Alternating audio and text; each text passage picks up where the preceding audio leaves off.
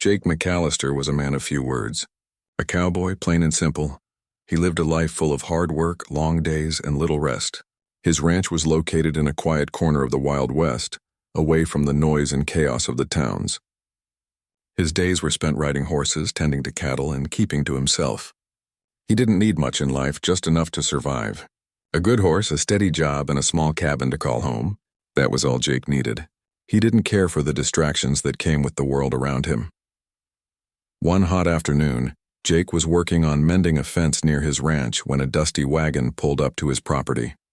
The wagon was old and seemed barely able to make the trip. It creaked as the wheels rolled to a stop. The driver was a man named Samuel, a local merchant who had been in debt to Jake for a while. Samuel stepped out looking nervous. He had a story to tell, but Jake wasn't in the mood for listening. "Jake," Samuel said, his voice low, "I know I owe you for the cattle I bought last month. I've got something to settle the debt." Jake gave him a steady look, not saying a word. He had learned long ago that if you didn't ask too many questions, people often came up with their own answers. Samuel seemed to notice Jake's silence and hurriedly explained, "I've got a deal for you. You take this Apache woman as payment." Jake's brow furrowed, but he didn't interrupt. He wasn't sure where this conversation was going, but it didn't sound like a good deal. Samuel went on, "She's been captured in one of the raids, and now she's up for sale. She'll work for you. Do what you need her to do, and she'll clear the debt. She's a slave now." Jake didn't know what to think. The idea of owning someone didn't sit right with him. But Samuel wasn't giving him many options. The debt was real, and Jake had always kept his word when it came to business. After a long moment of silence, Jake finally nodded. "Fine," he said. "I'll take her." Samuel was quick to smile. "I knew you'd see reason." With that, he motioned to a young woman standing beside the wagon. She was thin, with dark hair that had clearly been pulled back in a hurry. Her clothes were torn, and she had the look of someone who had been through a great deal. She didn't meet Jake's eyes as she stepped forward. The woman's name was Ayanna. That was all Samuel told Jake before he left, disappearing back into the dusty trail. Jake didn't know much about her, except that she was Apache and that she was supposed to work for him.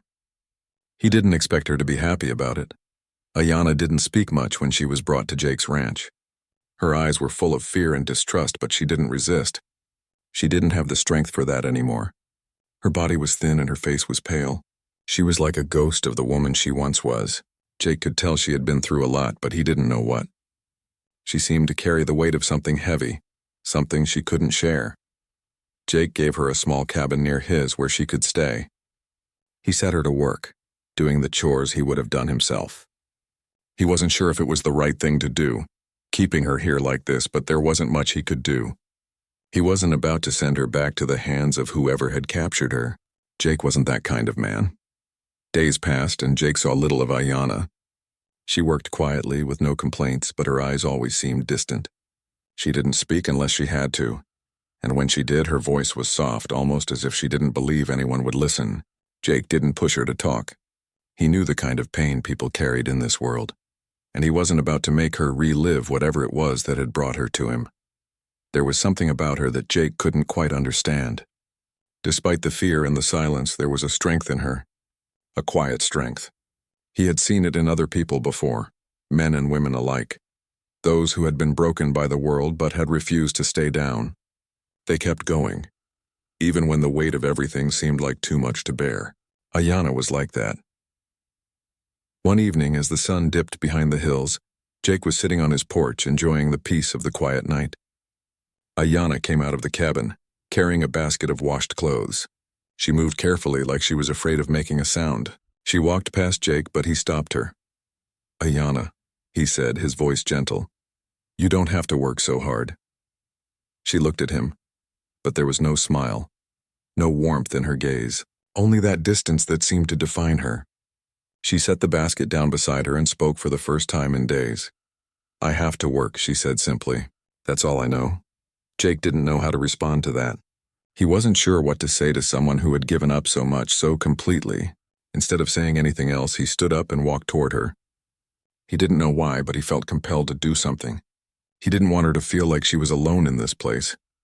"I'm not asking you to stop," Jake said, trying to explain himself. I don't want you to feel like you're trapped." Ayana's eyes flickered for just a moment, but she didn't say anything. She picked up the basket again and moved toward the line where she would hang the clothes. That was how things went for a few more days. Jake didn't push her. He didn't try to make her talk, but he started to notice the little things. Ayana had a quiet strength in the way she worked. Her movements were careful, precise. She never complained, never asked for anything, and yet she did everything as though it mattered. She did it with purpose. One day, as Jake was riding out to check on the cattle, a small group of Apache warriors rode onto his land. At first, Jake thought they were just passing through. But then the leader of the group, a tall man with sharp eyes and a scar across his cheek, dismounted. He didn't speak at first, only watched Jake closely. Jake stood still, unsure of what was happening. The man spoke then. "You have something that belongs to us," he said, his voice cold. Jake didn't understand at first. "What do you mean?" he asked. The man's eyes flickered toward the cabin and then to Ayana, who was standing quietly by the door, watching the group with a mix of fear and recognition. "She belongs to us," the man said. "You have no right to keep her." Jake felt a knot form in his stomach. The words weren't a threat, but they were close. He didn't know what he was supposed to do. He wasn't a hero. He didn't want to fight, but he wasn't about to give Ayana back to whoever these men were. "Tell them to leave, Jake," Ayana said quietly from the doorway, her voice barely audible. Jake turned to look at her. The look in her eyes was different this time. There was no fear in her gaze now, just a kind of resignation, as if she already knew what was going to happen.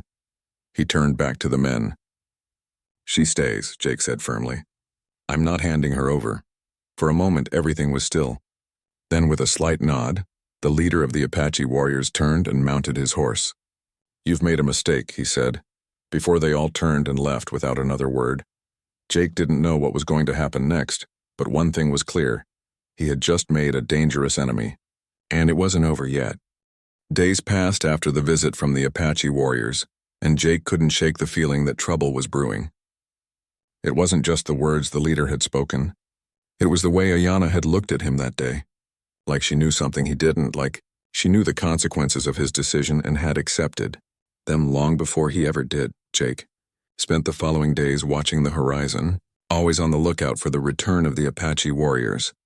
He made sure everything around the ranch was secure, checking the fences and keeping a watchful eye on the cattle. But no matter how much he tried to focus on the work, his mind kept drifting back to Ayana. She didn't seem to be worried, though. She continued with her work, moving around the ranch quietly but with purpose. Her strength was undeniable, but it was also clear that she wasn't ready to open up. Jake tried to talk to her again, but she was still distant, as if she had built walls around herself that nothing could penetrate. It wasn't that she was unfriendly, she just didn't trust easily. After all, she had been taken from her people, treated as a prisoner, and now she was forced to live on a ranch with a stranger. Jake couldn't blame her for being cautious. Still, he could tell there was more to her story. There was something about Ayana that made Jake wonder if she was more than just a captured Apache woman. The more he watched her, the more he saw that she carried herself with a sense of dignity, a quiet confidence that made her stand out. It was hard to ignore, even harder to understand. One evening, as the sun dipped behind the hills and the world was painted in the soft colors of twilight, Jake found himself sitting on the porch again, his gaze lost in the distance. Ayana came out of the cabin, this time with a basket full of herbs she had gathered from the surrounding land. She moved silently, as always, but tonight there was something different in her step, a subtle change that Jake couldn't quite place. She approached the porch, looking at him for the first time in what felt like forever. Jake didn't say anything at first, unsure of how to break the silence that had hung between them for so long. "I've been thinking," Jake said after a while, his voice soft. "You don't have to stay here, Ayana. If you want to leave, you can. I'll make sure you're safe. You don't owe me anything." Ayana looked at him, her expression unreadable. For a moment she didn't speak, but Jake could see the hesitation in her eyes. She wanted to say something, he could tell, but the words didn't come. Finally, she placed the basket down beside the porch and sat down next to him, still not speaking. "I didn't ask for this," she said after a long pause. "I didn't want to be here. I didn't want to be taken. But now I don't know what to do." Jake's heart went out to her. He could feel the weight of her words, the pain they carried. "You don't have to stay if you don't want to," he repeated. "I can't make you stay and I don't want to force you into anything. But if you want to go, I'll help you." Ayanna shook her head slowly, her dark eyes meeting his. "I can't leave, not yet. Not after everything that happened." Jake was silent for a moment, trying to understand. He wanted to help, wanted to make things better for her, but he didn't know how. "I'm not saying you have to stay here forever," he said quietly. "But I'll make sure you're safe. You have my word on that?" Ayanna nodded, but Jake could tell there was more she wasn't saying. It was clear that she had her own reasons for staying. Reasons that Jake didn't fully understand. He couldn't press her, though, not yet. He just had to wait for her to trust him enough to open up. The next morning, as Jake was out checking the cattle, he heard the sound of hooves approaching. His hand instinctively went to the rifle on his belt, but he didn't draw it yet. He knew he had to be cautious, but he didn't want to start a fight without reason. The Apache leader, Chief Hoshiko, had made it clear that there would be consequences, and Jake had no illusions about what that meant. This time, the Apache warriors came in full force.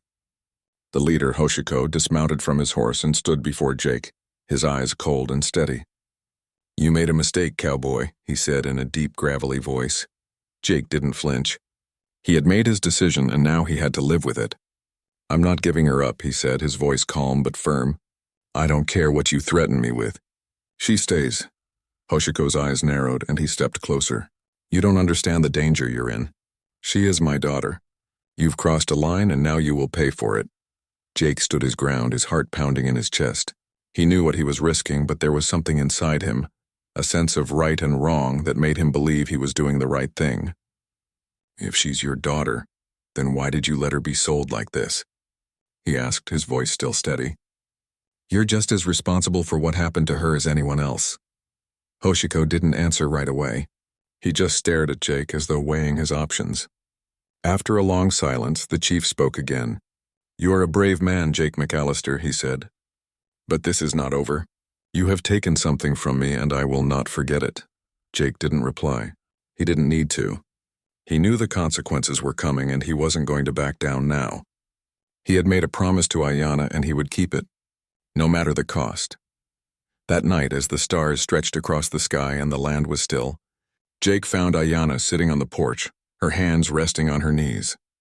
She didn't look at him when he approached, but she didn't need to. He could see the sadness in her eyes, the burden she carried, and he knew she was thinking about what had just happened. "You were right," she said quietly, her voice soft. "It's not over. I can feel it." Jake sat down next to her, watching the night sky. "I don't know what's going to happen next," he said. "But I promise you I'll keep you safe. Whatever comes, we'll face it together." Ayanna looked at him then, her eyes full of gratitude. For the first time she smiled. A small, hesitant smile, but a smile nonetheless. "Thank you," she whispered. Jake nodded, feeling a sense of resolve settle within him. He didn't know how everything would play out, but one thing was certain. He wasn't going to let Ayanna face this alone. As the days went by, the tension on the ranch grew. Jake couldn't shake the feeling that trouble was just around the corner, but he also knew that he couldn't let fear control his decisions. He had made a promise, and he intended to keep it. Ayanna was safe for now, but the future was uncertain. But one thing was clear. Jake had never been more determined in his life. Whatever came next, he was ready to face it head-on, and he would stand by Ayanna's side no matter the cost. They were in this together.